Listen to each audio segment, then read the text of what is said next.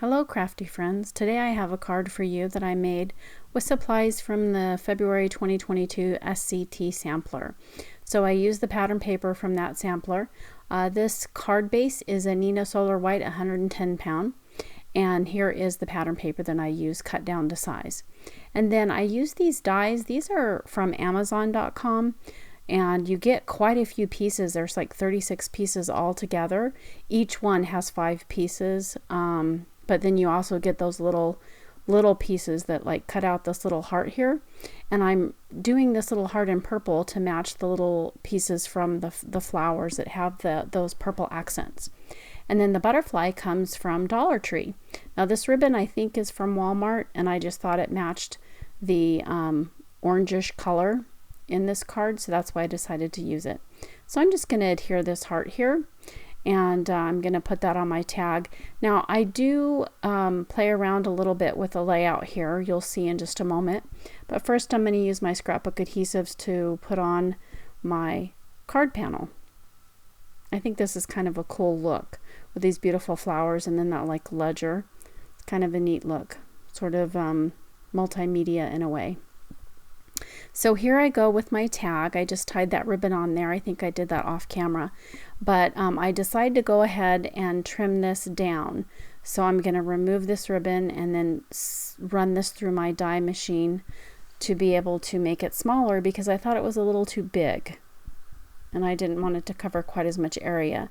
But then when I put the envelope on it, I thought, oh, that's too small.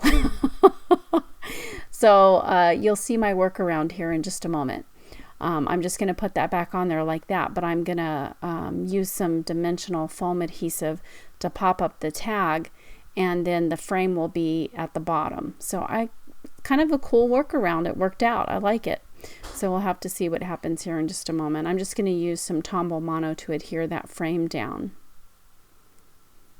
So this is a real quick card that you can do, and there's tons of butterfly stickers out there, so if you can't find the exact ones from Dollar Tree, I'm sure you can find some, or use maybe a butterfly die that you have or something.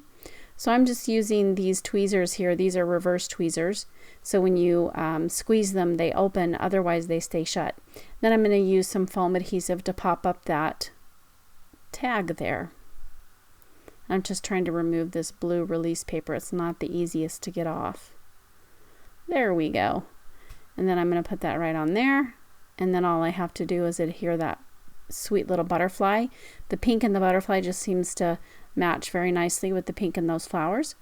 And I'm almost done, but I really thought that we needed to kind of have those dots there to break up that empty space in the corner.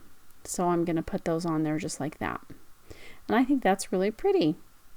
So this is I think my 3rd or 4th card with the SCT sampler, and I really am enjoying it. This is the first kit that I've received. I just subscribed to it for the first time this year, and I think I'm going to really enjoy it.